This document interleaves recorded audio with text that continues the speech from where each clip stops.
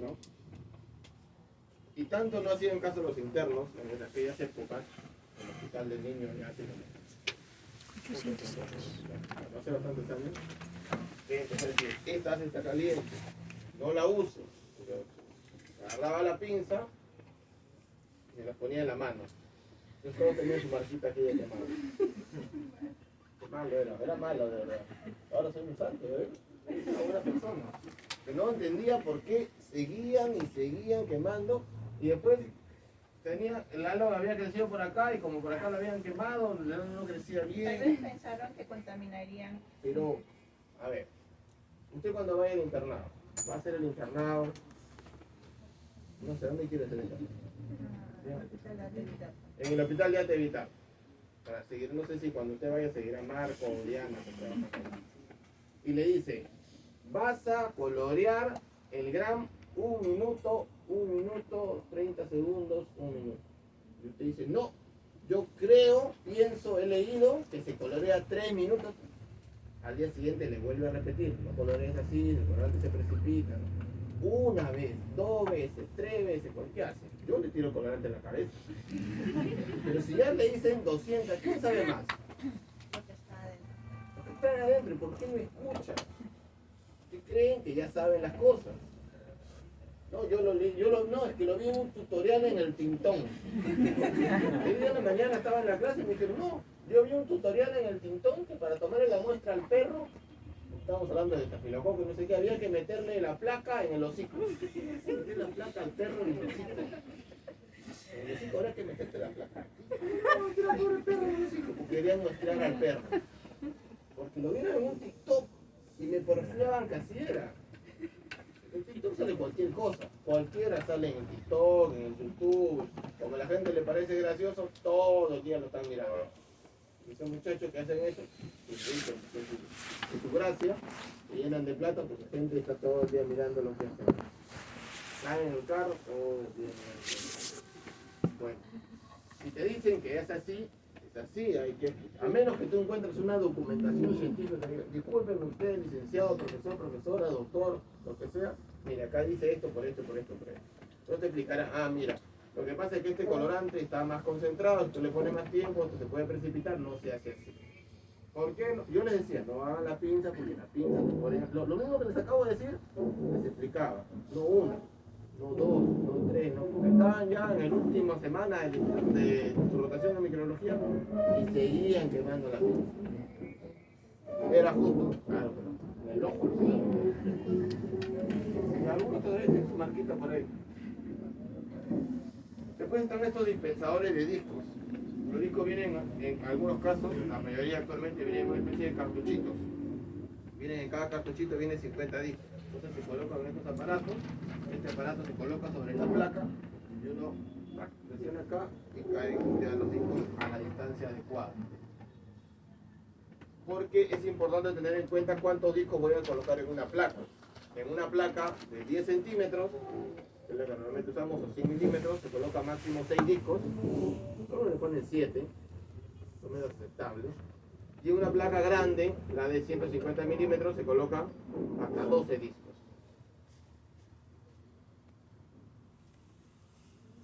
Luego que coloqué los discos, tengo 15 minutos más para qué. Ojo que esto es 15, para meterlo a incubar. De acuerdo a qué bacterias estoy trabajando, hay diferentes requerimientos, algunos requieren CO2, otros requieren 15, 18 horas, otros 20, 24 horas, otros requieren diferentes cosas.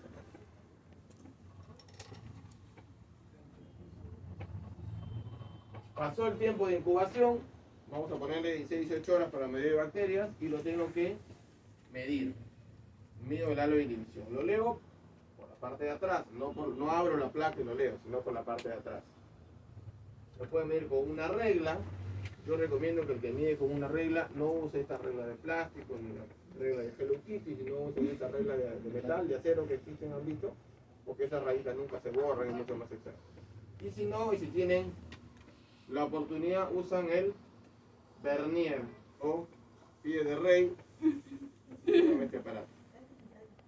Este sí, hay otros que no son digitales. Entonces, lo que haces tú es medir por aquí y tienes acá aparece digital. Un poquito más caro esto, ¿no? Pero si no, van a la U, frente a la U y venden un montón de estas cosas que usan los arquitectos para hacer cosas en casa. Y puedes medir el halo de inhibición. ¿Está bien? Entonces ya tienes el halo de inhibición. ¿Qué hago yo con el halo de inhibición? Primero, ¿cómo se lee? Se puede leer con luz transmitida o con luz reflejada. La mayoría de antibióticos se lee con luz reflejada. O sea, yo tengo la placa aquí y la luz viene de ahí para acá. Y la luz transmitida es que algunos antibióticos yo tengo que poner la luz hacia atrás y leerlo por este lado. Se puede leer con transmitida o reflejada. La mayoría se lee con luz reflejada. Pocos antibióticos se tienen que leer con luz transmitida. Una vez que ya empiezo a medir, voy a tener los halos de inhibición. Entonces, si el halo chiquito es resistente, si el halo es grande es sensible, no. Eso es muy variable dependiendo del antibiótico, dependiendo de la bacteria. Una vez que yo tengo el halo de inhibición, primero, para hacer un antibiograma, yo tengo que saber de qué bacteria se trata. Si yo no sé qué bacteria es, no sirve para nada. Tengo que saber qué bacteria es. Yo no puedo interpretar un antibiograma sin saber qué bacteria es, porque tengo que colocarle los discos de acuerdo a la bacteria. Debo colocar los discos de acuerdo al tipo de muestra. Porque hay antibióticos que no llegan. La señorita que usted llevó farmacología y usted sabe muy bien. Explíquenos, por favor, qué cosa es la farmacocinética. Muy bien. ¿Y la farmacodinámica? Perfecto. Entonces, ¿cómo se distribuyen los antibióticos en el cuerpo? Es variable. Hay algunos que pueden llegar a vías urinarias, algunos que no. Algunos que llegan al encéfalo, otros que no. Unos que llegan al pulmón, otros que no. Entonces, según eso, yo tengo que saber, para hacer un antibiograma, de dónde vino la muestra. Es una orina, es sangre, es una muestra respiratoria, es una muestra de encefalorraquídea, es una herida, es el hueso. Tengo que saber todo eso. Luego tengo que saber qué bacteria es. Es una enterobacteria, es un estáfilo, es un estrepto. Todo tengo que saber. Una vez que tengo toda esa información, bueno, yo voy a hacer el antibiograma de esta manera, voy a colocar estos discos. No, pero es un enterococo de orina. No voy a poner los mismos discos que si el enterococo estuviera en la sangre. ¿Sí? ¿Es la misma bacteria? Sí, pero son diferentes muestras. ¿Se entiende lo que estoy diciendo? Todo eso tienen que saber. ¿Y dónde está eso? En todas partes. Hasta en el TikTok. Eso está en todas partes. En su libro de farmacología pueden leerlo. Si no, su compañera les explica, ya saben. Una vez que tengo yo las lecturas, tengo que llevarlo a comparar con algo. ¿Dónde sé si es sensible, intermedio o resistente? Voy a los manuales. En los manuales te dice, si el halo de inhibición es mayor a 22, voy a decir que es sensible. Pero si está menor a 17, voy a decir que es resistente. Para este antibiótico, para esta bacteria, para esta muestra. ¿Se entiende? ¿Se van a memorizar todos esos valores? No, nunca, jamás, porque además cada año cambia. No se lo tiene que memorizar. Todo, es que es variable. Todo eso que le estoy diciendo, el antibiótico, la muestra y la bacteria, esos puntos de corte, que se llaman puntos de corte, cambian. Un año te dicen, sí, esto es así. Al año siguiente, no, ya no se usa. Al año siguiente, no, ahora sí úsalo, pero cámbiale un poquito. No, entonces todo el año va a cambiar. Entonces, no es siempre igual. Este, por ejemplo, es el manual del CDCI, que te dice, para los distintos antibióticos, la concentración del antibiótico. A veces pasa que tiene un antibiótico y el que tú tienes dice cefepime, no dice 30, dice 20.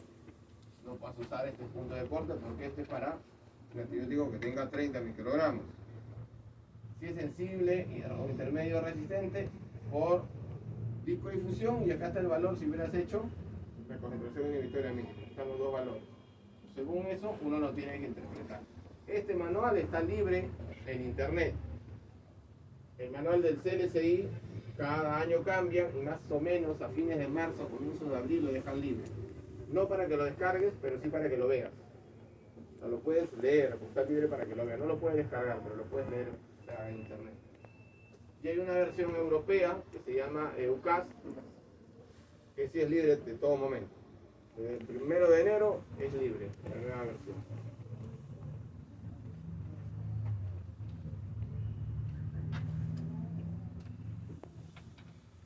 ¿Qué factores van a influir en mi resultado? Vayamos al mapa. Profundidad del agar. ¿Cuánto de profundidad debe tener mi agar Müller Hinton?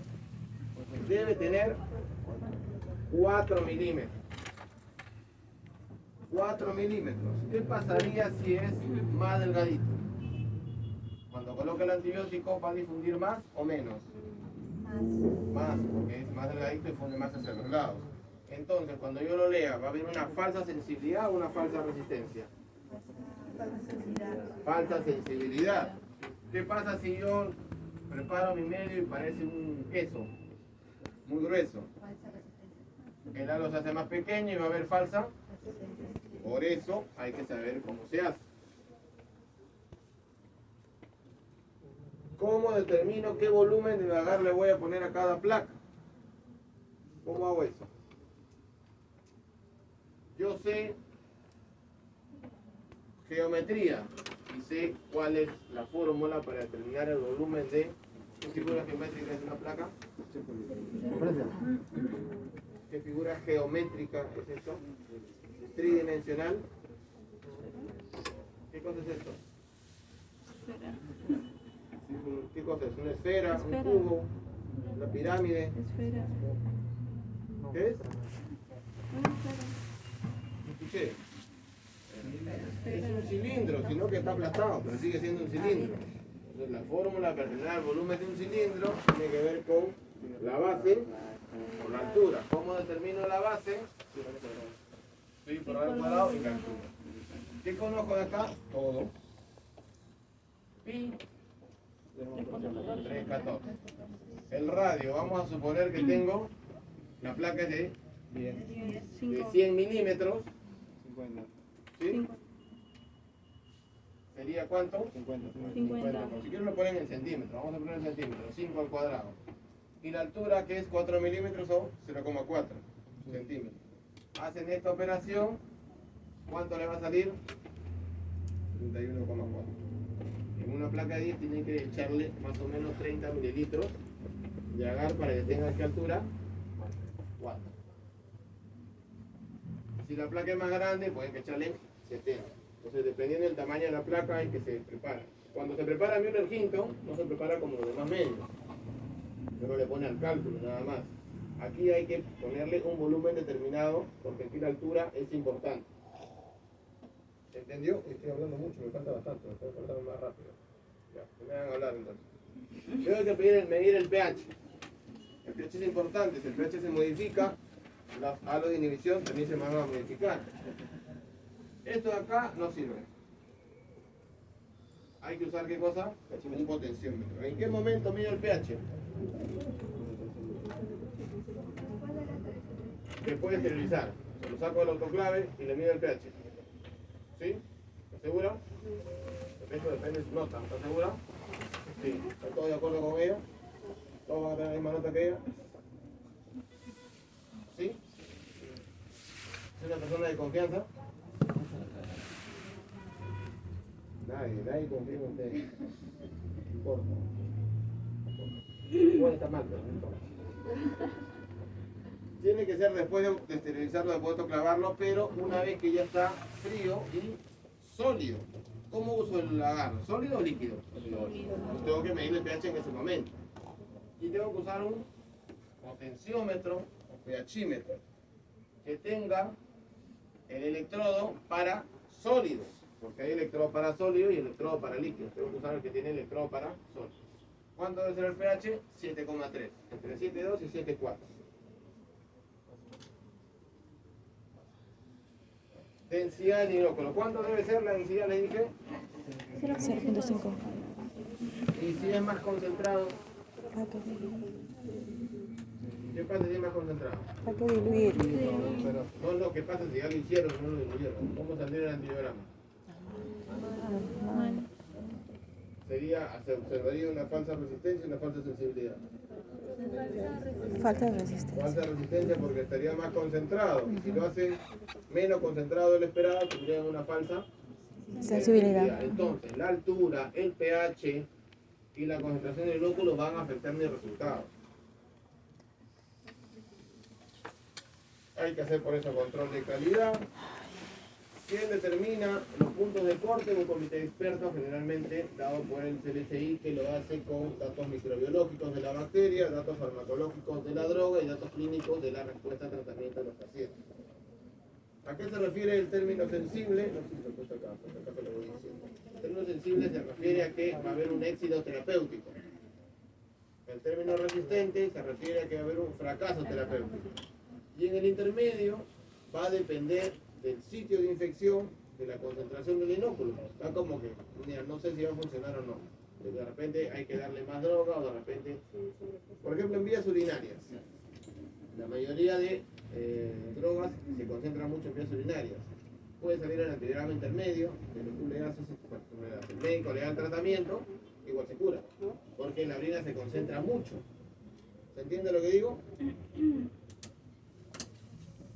Hay otros comités de expertos, lo de Europa, el EUCAS, etc. Lo que les acabo de decir, pensé que no lo había puesto, porque no me avisan para no decirlo. Ya. ¿Se entendió eso? Ahora tengo media hora para hablar lo que debería hablar en 2 horas. Vamos a hablar primero de los antimicrobianos, rapidito nomás, porque su compañera me dijo que ya sabía. ¿Qué sabía usted? Usted me dijo que no tiene que saber farmacología con usted. Cualquier duda, si no leen su libro de farmacología de Goodman, lo pueden leer, es un libro bastante simpático de farmacología. Y si no, hay un librito chiquitito que se llama Antimicrobiano. Un librito chiquitito lo escribió Álvarez, creo que se llama el autor. O Álvarez. Lo que se llama Álvarez, un libro chiquitito. Lo vendían en la Facultad de Farmacia de San Marcos y lo vendían también en Amazon. No sé, debe costar 15 soles. Todos los antimicrobianos están ahí. Si los leen, van a entender mucho de los mecanismos de resistencia. Si no entiendes el antibiótico, no vas a entender cómo la bacteria se defiende. Ya saben la historia de Fleming y la penicilina. No les explico, ya saben. Ya saben. Ya. No saben, el único que dice sí es su compañero que está ahí. A todo que ellos saben, él dice sí. Entonces le preguntan a él, porque no sabe. Él ha todo hecho. ¿Qué es un antimicrobiano? Una sustancia capaz de que inhibir el crecimiento, destruirlos. Pueden haber los que son naturales o sintéticos o semisintéticos. Ehrlich, que es un investigador muy importante que no es tan famoso, dijo que un antimicrobiano debe ser muy activo frente a los microorganismos, que se absorba fácilmente, que sea activo en presencia de fluidos corporales como la albúmina que se lleva todo por todos lados, que sea poco tóxico, ¿sí? Y que no induzca la resistencia. Eso es un antimicrobiano ideal. El antimicrobiano puede ser bactericida. ¿A qué se refiere bactericida? ¿Qué? No mata. O bacteriostático, que solamente lo detiene o inhibe su desarrollo. ¿Quién hace el resto? Si no lo mata el antibiótico, ¿quién tiene que hacer el resto? El sistema inmune tiene que hacer el resto. Miren ustedes aquí. La gran mayoría de antibióticos van a ser los metalactámicos, los de uso. Hay antibióticos que van a inhibir la síntesis de la pared, síntesis de proteínas, ácidos nucleicos, vías metabólicas,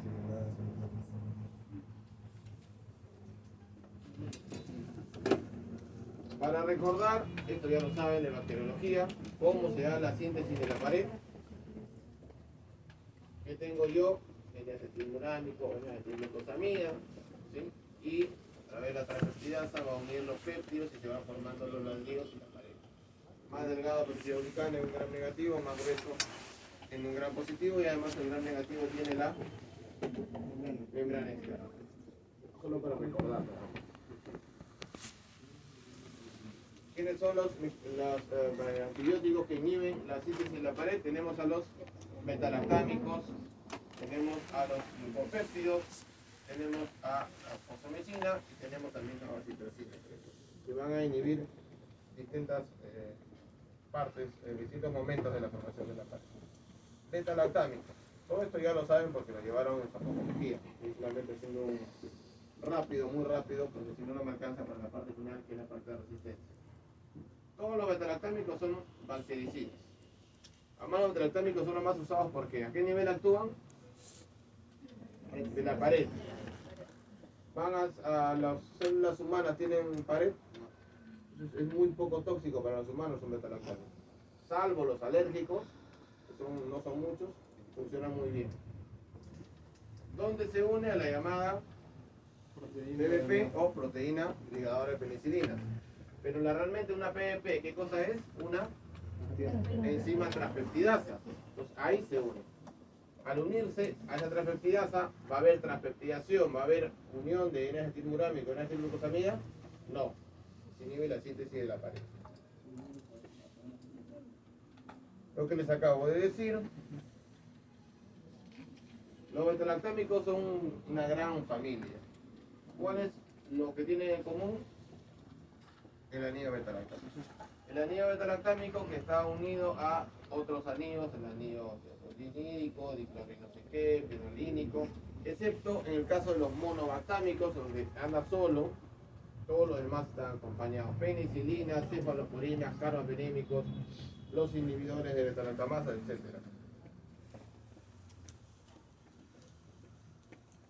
¿Cuáles son los inhibidores de la pared celular que no son beta-lactámicos? Bueno, tenemos a los glucopéptidos o glicopéptidos, por ejemplo, vancomicina. Esto se va a unir a los residuos de ala. ¿Se acuerdan que la unión de los péptidos termina en de ala para hacer la unión entre N-acetilmurámico y N-glucosamina? Bueno, se une ahí y inhibe la síntesis. Fosfomicina bloquea la acción también del fosfenol piruvato, que tiene que ver con la formación del ácido acetilmurámico. Y la bacitracina, que tiene que ver con el transportador del bactoprenol, transportador de subunidades de peptidoglicano. Inhibición de síntesis proteica, o sea, inhibición en los ribosomas. Los ribosomas tienen dos subunidades, una subunidad 30S y una subunidad 50S. Sobre la subunidad 30S van a actuar los aminoglicósidos o aminoglucósidos y las tetraciclinas. Sobre la subunidad 50S van a actuar los macrólidos, las linfosamidas, el cloranfenicol, por ejemplo, actúan sobre la subunidad 50S. Cada uno inhibe distintas partes. Las ribosomas que se forman, las proteínas, entonces pueden inhibir la fase de elongación, la fase de errores en la lectura, en la translocación, etc.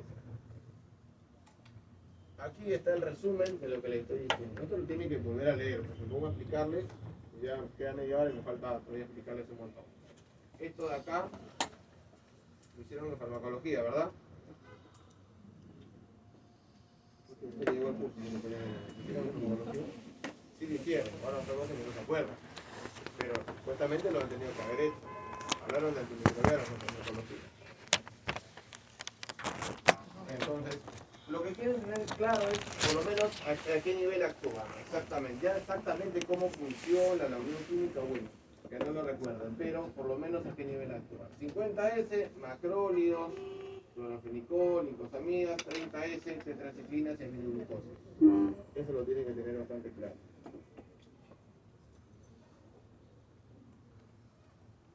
Inhibición de la síntesis de ácidos nucleicos, vamos a hablar de quinolonas. Quinolonas son un antibiótico bastante interesante. El origen de las quinolonas está en el escudo. El arbolito. ¿El árbol de la quinoa? Sí, para los que pensaban que era el árbol de la quinoa, no es el árbol de la quinoa. Es el árbol de la quina. ¿Y por qué ese árbol, que ya ni siquiera existe, está en el escudo de Perú? ¿Salvó a quién? ¿A quién salvó? A los monitos que subieron al árbol. ¿A quién salvó el árbol de la quina? En la época de la guerra, que si se agarran a palazos. ¿Qué sacaban del árbol de la quina? Ahora dicen caucho. No, en el árbol de la quina se posaban las aves guaneras. Una mezcla de información tienen en su cabeza. Del árbol de la quina salía la quinina, que se usaba para tratamiento de...